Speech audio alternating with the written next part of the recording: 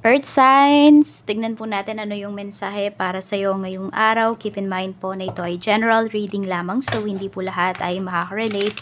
So be open-minded. Sa mga hindi pa po nakasubscribe dito sa ating channel, please subscribe na po kayo and pa-like na din po ng ating video. At sa mga nais pong mag-avail ng ating private readings, ng ating Evil Eye Amulet, at ng ating TR's bracelet, makikita nyo po yung link sa description box. Tarot Intentions by Alian Reyes. Happy birthday, Virgo! Yan, Virgo season ngayon eh. Ano natin? Ano po ang mensahe? Ano ang mensahe, Spirit Guide? Tingnan natin. Okay. So, we have Hunted. Same ba kayo ni Water, same kayo ni Water Signs, Yan din yung first card niya. We have Uninterested. Okay, so may mga nilalayuan na talaga kayo dito. Okay, may mga iniiwasan na po kayo. Or meron dito na ghost ba kayo ulit? Ayan, na-ghost ba ulit kayo? Or sabihin natin, may same scenario sa life ninyo na nangyari na parang, hindi ka na uulitin yon kasi pwedeng hindi ka talaga para doon. Or nawalan ka na ng interest sa bagay na yon kasi pwedeng lagi kang nagfe-fail. Tipong ganyan. We have giving money. Ayan po. Tignan mo. Parang kahit ano pa yung ibigay ninyo dito sa taong to, kung hindi talaga siya interesado sa inyo, wala po kayong magagawa. So, matuto kayong makiramdam dito. Okay? Oo. Hindi man, kasi minsan diba may mga tao na hindi sila maboka na tao. Hindi sila yung sinasabi ba yung nararamdaman nila. Pero kung nakikita mo naman sa mga actions niya, na wala siyang interest sa'yo. So, wag mong masyadong ipagpilitan yung sarili mo. Tignan natin. Ano pa yung mensahe? Okay. Meron ba dito naka-receive kayo ng indecent proposal before? Yan. Tignan natin ano pa yung mensahe para sa'yo.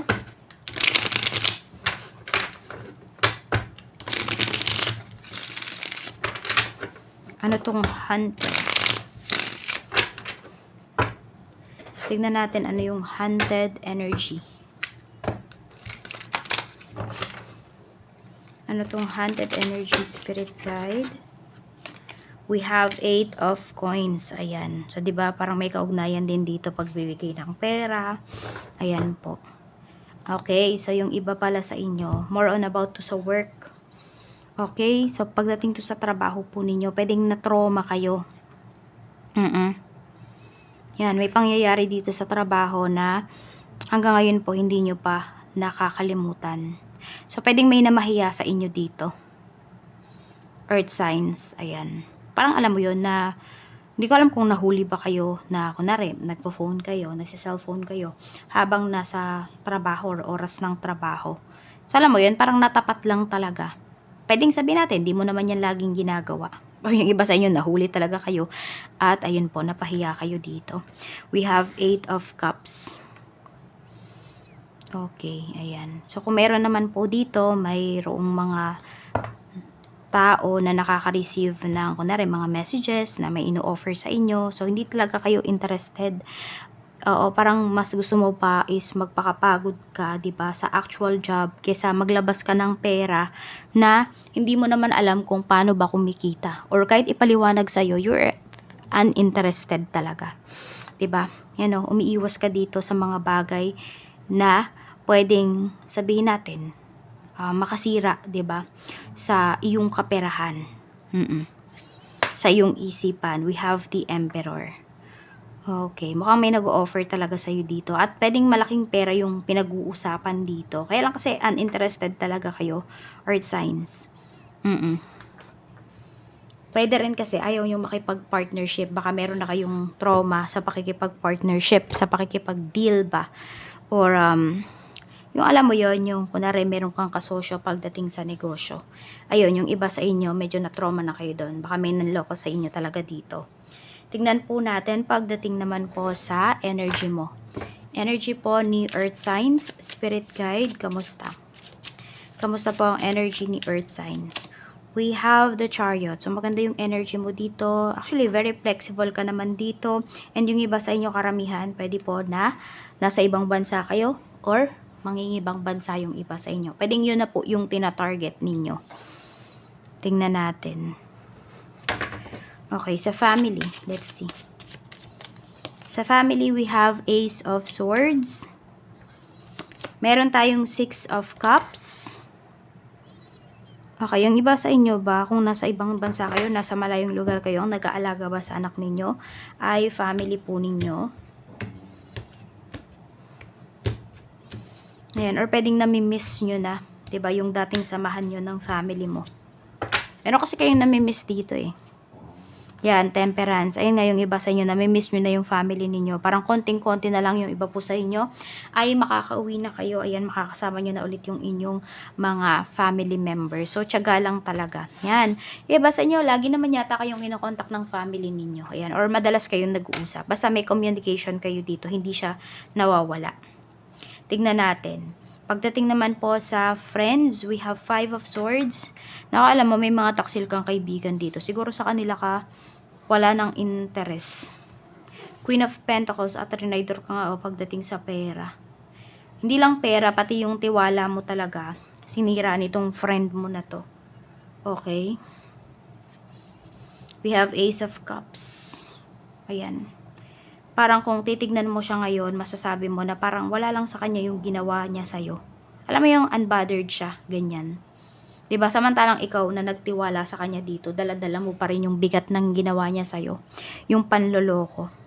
Tignan natin pagdating naman po sa kaperahan. Sa kaperahan, we have Page of Wands. Marami sa inyo dito. Meron ba kayong mga side hustles? Ayan po. Yung iba nga sa inyo, parang mas dito pa kayo kumikita sa side hustles ninyo. We have the Empress. Okay, meron din naman ako nakikita dito, earth signs. Yung iba po sa inyo, swerte talaga kayo sa inyong mga anak. Kasi ayan po, pwede po na tinutulungan talaga kayo. So, kung meron kayong mga anak dito na may trabaho na, ganyan, or nagtatrabaho na, yan po, ito na yung parang nakakatulong po ninyo pagdating sa inyong mga gastusin, pagdating sa mga bills. Meron naman dito, pwedeng, dalaga pa lang kayo, or binata pa lang kayo, may ininvest na kayo. Tapos ngayon, ayun, ngayon nyo po na lalasap, 'di ba? Yung benefits po ng inyong ininvest. Yan, tignan natin. Pagdating naman po sa, yan, kung makaka-recover ba kayo, kung meron man kayong financial losses. Four of Swords, makaka-recover po kayo, ayan. Kaya lang need talaga dito ng, ng pagtitipid. Makaka-recover po kayo, yan. And, ayan, mararanasan nyo na ulit talaga yung pagkakaroon ng peace of mind. Let's see naman po, pagdating naman sa iyong, ito yung sa financial losses. Okay, tingnan natin. Kung meron naman po dito, mag-grant ba yung loan ninyo? Ten of Pentacles, mag-grant po yan. Ayan. Hindi ko alam kung dalawa ba yung pinag-anuhan ninyo, pinag-loanan ninyo or nagpasa kayo ng requirements. Okay, isa lang naman dyan yung ma-approve. Tingnan natin. Kasi yung isa parang rejected na talaga yan agad eh. Hindi ko alam kung ano yung mayroon or ano sa pangalan mo yan. Parang nakita pa lang, rejected na. Tignan natin. Pero yung isa, yan po, mapagbibigyan po kayo. Mag-grant yung loan ninyo. Let's see naman pagdating sa mga nagbebenta ng property. King of Wands, mabebenta nyo na po. Ayan na, mukhang may kausap kayo dito. Tsaka may nilook forward kayo. Mukhang magda-down payment na yung tao na to. Alam mo yun, ganun ka tindi yung tiwala niya sa'yo. Meron nga dito, pwedeng hindi pa kayo nagkikita personally, pero pagtitiwalaan ka na agad. Tignan natin pagdating naman po sa mga mag-a-apply ng trabaho. Nine of Swords, ayan. Nag-overthink yung iba sa inyo. Ilang months na ba kayong walang work? Kasi yung iba sa inyo parang wala na kayong pag-asa. Alam mo yun, nawawalan na kayo ng pag-asa. Three of Wands, yung iba sa inyo, need nyo talagang umalis. Ayan o, ito din yung energy na yun, diba? Yung kaninang sinasabi ko. Yung iba po sa inyo, nasa ibang lugar, nasa ibang bansa po talaga. Yung ginhawa na gusto ninyong makamtan. Yes. Kailangan nyo mag-change ng place, ng location, kung gusto nyo makahanap ng work. Okay, tignan natin pagdating naman po sa trabaho. Sa trabaho naman, we have 7 of Cups.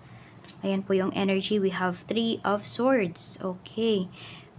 Sabi natin, nagtatatlong isip na yung iba sa inyo. Okay, ibig sabihin, hindi na kayo masaya dito pagdating sa work ninyo. Oh. Yan. Oh, feeling stagnant na kayo. Yan. Pwedeng kasi parang paulit-ulit na kayo ditong pinapangakuan. Yan, pero wala namang nangyayari dun sa mga pangako sa'yo. Parang lagi ka na lang pinapaasa. Yun yung nararamdaman mo dito pagdating sa work. Check natin yung business mo, 2 of Cups. Ayan. And 7 of Wands. Okay, nakikita ko naman dito, pwedeng kung meron kayong supplier, tas okay naman talaga yung connection po ninyo, yung transactions ninyo.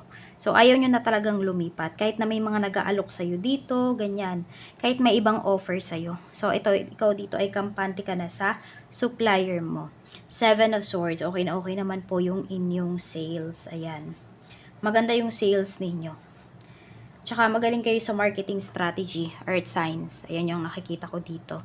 Magaling kayong magsalita, ganyan, mag-sales talk. Basta magaling yung strategy po ninyo. Tingnan natin ano pa yung mensahe pagdating naman po sa love life. Love life po, spirit guide. Sa love life, we have unknown caller. Meron bang tawag ng tawag sa inyo dito? Kasi alam nyo, may nag-i-stalk sa inyo. May stalker kayo. Tingnan natin. Sa mga single natin, we have Ace of Wands. Tignan mo, may nagkakagusto sa'yo dito. Oh. Pwedeng ikaw yung may stalker dito. Sa mga in a relationship, we have the Lovers. Yung iba naman dito, tinetest kayo ng person nyo. Pwedeng gumagawa siya ng, alam mo yun, gumawa siya ng dummy account. Pwedeng meron siyang bagong SIM. Alam mo yun. Parang tinetest ka niya. Iyon yung nakikita ko dito. Kung hindi man siya yung nantetest sa'yo, pwedeng isa sa mga kakilala niya, tinetest ka. Kung loyal ka ba talaga dun sa person mo. Tignan natin sa mga mag-asawa, we have 10 of Cups. Ayan, marami naman pong mag-asawa dito na unbothered po kayo. Ibig sabihin, kung mayroon mga nangungulit sa inyo, automatic block din yan kaagad. Diba? Sa'yo man yan or sa asawa mo. Mga ex nyo man yan or what. Yan, kasi happy kayo, happy kayo sa family ninyo, happy kayo at kontento kayo. Kaya ayan po, very unbothered kayo sa mga mangungulit sa inyo. Sa mga nangulit at sa mga mangungulit pa sa inyo. So, yan lang po ang mensahe. Maraming salamat po. Mag-iingat po kayo always and more blessings to come.